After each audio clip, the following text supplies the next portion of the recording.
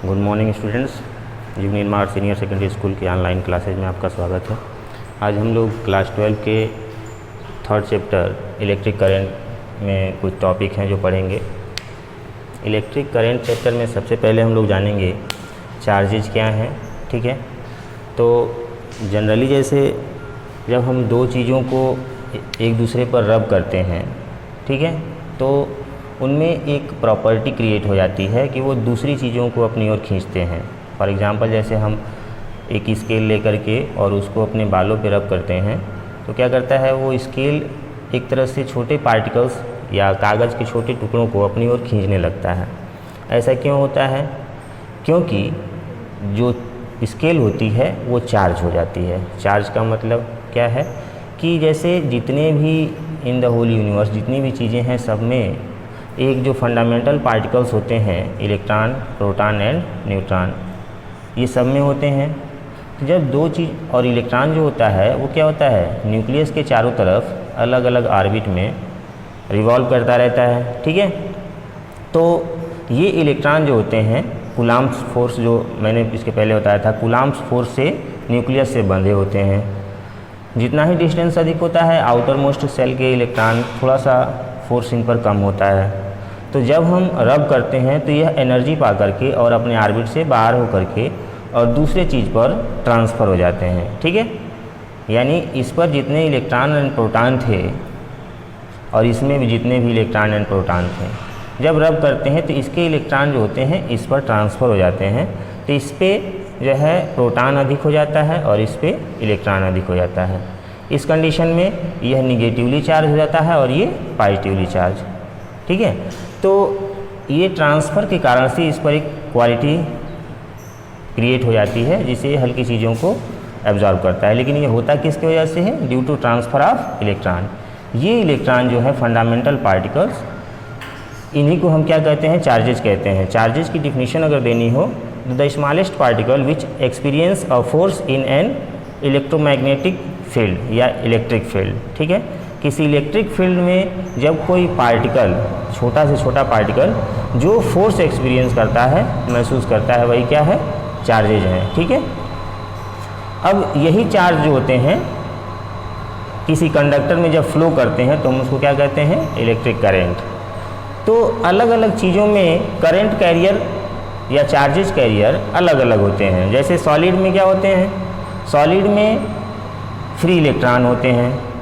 Free electrons का concept क्या था कि फ्री इलेक्ट्रॉन्स जनरली किसी भी एलिमेंट्स में फ्री इलेक्ट्रॉन्स नहीं होते हैं, लेकिन जो आउटर मोस्ट सेल के इलेक्ट्रॉन हैं, थोड़ी सी कहीं से एनर्जी, एक्सटर्नल एनर्जी जब उनको मिलती है तो ऑर्बिट से बाहर आ जाते हैं और फ्री हो जाते हैं मूव करने के लिए, तो उन्हीं को हम क्या कहते हैं? फ्री इलेक्ट्रॉन्स कहते हैं। ठीक है, तो सॉलिड में फ्री इलेक्ट्रॉन जो होते हैं वो क्या करते हैं? कैरियर का काम करते हैं। लिक्विड में क्या होता है? जैसे मान लीजिए कि बैटरी में हम H2SO4 ही यूज करते हैं, सल्फ्यूरिक एसिड यानी तेजाब। ये क्यों यूज किया जाता है? तो जब इसमें करंट फ्लो होती है तो यह आयोनाइज हो जाता है, यानी H+ बनाता है और SO4 माइनस माइनस। ओके, तो ये क्या है? आयन है। ठीक है, तो ये आयन ही कैरियर का काम करते हैं। ठीक है, तो ये जो आयन है यह कैरियर का काम करते हैं। तो सॉलिड में फ्री इलेक्ट्रॉन्स, लिक्विड में आयंस और गैसों में भी आयन ही जो होते हैं वो कैरियर का काम करते हैं। जैसे आपने इलेक्ट्रॉन, प्रोटॉन, न्यूट्रॉन की डिस्कवरी के बारे में पढ़ा होगा, तो उस समय एक वैक्यूम ट्यूब में एनोड और कैथोड बना करके और हाई पोटेंशियल जब अप्लाई किया गया तो आपने देखा कि इसमें एक रेज चलने लगी। तो ये जो है, जो अंदर गैस थी वो आयोनाइज हो गई और चार्जेज फ्लो होने लगे। ठीक है, तो कैरियर जो है वो अलग अलग मीडियम में अलग अलग तरह के हो सकते हैं। ठीक है, अब जो दूसरा पॉइंट है वो है EMF यानी इलेक्ट्रोमोटिव फोर्स। ये क्या है? नाम से ही क्लियर है, इलेक्ट्रोमोटिव फोर्स। मोटिव मतलब मोशन, इलेक्ट्रो मतलब इलेक्ट्रॉन्स, फोर्स मतलब तो फोर्स ही है। यानी इलेक्ट्रॉन को मोशन में लाने के लिए जो नेसेसरी फोर्स हम एक्सटर्नल फोर्स अप्लाई करते हैं वही क्या है? EMF है। किसी भी सर्किट में जो फ्री इलेक्ट्रॉन्स हैं उनको मोशन में लाने के लिए जो एक्सटर्नल सोर्स से हम एनर्जी प्रोवाइड करते हैं उसी को क्या कहा जाता है? EMF। जैसे मान लीजिए कि जो भी हम सेल यूज करते हैं, चाहे वो आपका रिमोट का सेल हो या टीवी के रिमोट का सेल हो या घड़ी में यूज करने वाला सेल हो, सबका एक पोटेंशियल दिया जाता है 1.5 वोल्ट, या मोबाइल में जो यूज होता है 3.7 टू 4.2 वोल्ट। ये जो है इसका ईएमएफ है, ठीक है। ईएमएफ और पोटेंशियल में थोड़ा सा डिफरेंस है। ओपन सर्किट जब होती है, ओपन सर्किट मतलब कि कोई, जैसे मान लीजिए ये बैटरी है, हमने इसको एक बल्ब से जोड़ दिया, ठीक है, एक स्विच लगा करके। जब तक स्विच बंद है तब तक ये बल्ब ग्लो नहीं करेगा, उस समय यह क्या कहा जाएगा, ओपन सर्किट। तो ओपन सर्किट में ईएमएफ और पोटेंशियल दोनों सेम होता है, ठीक है, ईएमएफ और पोटेंशियल दोनों सेम होता है। लेकिन जब सर्किट क्लोज हो जाती है तो उस कंडीशन में आपका पोटेंशियल जो होता है वो क्या होता है, ड्रॉप हो जाता है, यानी V = E - IR के रिलेशन से पोटेंशियल ड्रॉप हो जाता है। जैसे हम जो इन्वर्टर की बैटरी लेते हैं वो ओपन सर्किट पर 3.2 वोल्ट की होती है, यानी उसका ईएमएफ जो होता है 13.2 वोल्ट है और उसका पोटेंशियल भी 13.2 वोल्ट होता है। एक सेल उसका 2.2 वोल्ट का होता है, यानी टोटली 13.2 वोल्ट का। लेकिन हमको आउटपुट कितना मिलता है, 12 वोल्ट, ठीक है। तो वो जो 12 वोल्ट मिलता है ये पोटेंशियल है और ये क्या है, ईएमएफ है। तो ईएमएफ जो होगा वो पोटेंशियल के इक्वल भी हो सकता है, उससे अधिक भी हो सकता है, लेकिन पोटेंशियल कभी ईएमएफ से अधिक नहीं होगा, ठीक है। तो ईएमएफ जो है वो उस सेल की एनर्जी है या किसी भी एक्सटर्नल सोर्स की एनर्जी है जो किसी सर्किट में इलेक्ट्रॉन को फ्लो करने के लिए नेसेसरी होती है, ठीक है। फिर उसके बाद से इलेक्ट्रिक करंट है। तो करंट का मतलब ये होता है प्रवाह, यानी बहना। इलेक्ट्रिक जो वर्ड है यह इलेक्ट्रॉन से रिलेटेड है, यानी जब किसी भी कंडक्टर में इलेक्ट्रॉन्स फ्लो करते हैं तो उसको हम क्या कहते हैं, इलेक्ट्रिक करंट, ठीक है। फार्मूला होता है इसका I = Q/T।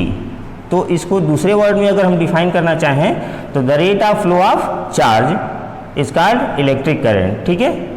डायरेक्शन इसकी क्या होती है, अगर बैटरी से हम कोई सर्किट जोड़े हुए हैं तो एक्सटर्नल सर्किट, इसको जो बैटरी के बाहर है, चूँकि चार्जेज जो होते हैं आपको पता है कि प्लस टर्मिनल से निकलते हैं और माइनस टर्मिनल तक आते हैं, ठीक है, एक्सटर्नल सर्किट में।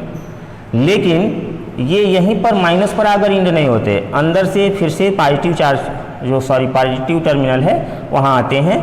तो इस तरह से ये पूरा सर्किट कंप्लीट होता है, यानी एक्सटर्नल सर्किट में करंट की डायरेक्शन +2- होती है और इंटरनली बैटरी के अंदर अगर देखा जाए तो वो माइनस से प्लस होता है, ठीक है। डायरेक्शन एक्सटर्नल सर्किट में प्लस से माइनस और इंटरनली बैटरी के अंदर माइनस से प्लस, ठीक है। तो ये जो है डायरेक्शन हो गया। अगला जो टॉपिक है वो है आपका ड्रिफ्ट वेलोसिटी। ड्रिफ्ट वेलोसिटी को कहते हैं अनुगमन वेग। अनुगमन, एक साथ गमन करना, यानी जैसे जब किसी भी कंडक्टर में एक्सटर्नल सोर्स से एनर्जी प्रोवाइड की जाती है तो फ्री इलेक्ट्रॉन्स अलग अलग जगह पे होते हैं। जब एनर्जी पाते हैं तो ये इलेक्ट्रॉन्स जब मोशन में आते हैं तो एक दूसरे से टक्कर करते हैं, ठीक है। उसके बाद से कुछ समय बाद यह एक एवरेज वेलोसिटी को एक्वायर कर लेते हैं। इनिशियली इनकी वेलोसिटी कुछ अधिक होती है, लेकिन कुछ समय बाद यह जो है अरेंज हो करके और एक कांस्टेंट वेलोसिटी से या एक एवरेज वेलोसिटी से चलना शुरू कर देते हैं। इन्हीं को हम क्या कहते हैं, ड्रिफ्ट वेलोसिटी, यानी जो इलेक्ट्रॉन हैं उनकी एवरेज वेलोसिटी। जब हम किसी एक्सटर्नल सोर्स से एनर्जी प्रोवाइड करें और जो इलेक्ट्रॉन हैं वो एक एवरेज वेलोसिटी से मूव करने लगते हैं तो उस वेलोसिटी को हम क्या कहते हैं, ड्रिफ्ट वेलोसिटी, ठीक है।